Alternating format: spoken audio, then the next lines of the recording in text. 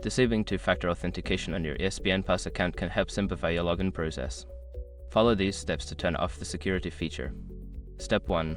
Log into your account. Visit the ESPN Plus website or open the ESPN app. Enter your login credentials to access your account. Step 2. Go to account settings. Once logged in, navigate to your account settings. This is usually found by clicking on your profile icon or name in the top right corner of the screen. Step 3. Find security settings.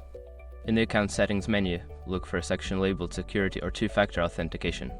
Click on this option to access your security settings. Step 4. Disable two-factor authentication. Within the security settings, you should see an option to disable or turn off two-factor authentication. Click this option and follow any prompts to confirm your decision. Step 5. Save changes. After disabling two-factor authentication, make sure to save any changes. You may receive a confirmation message indicating that the feature has been successfully turned off. By following these steps, you can easily disable two-factor authentication on your ESPN Plus account.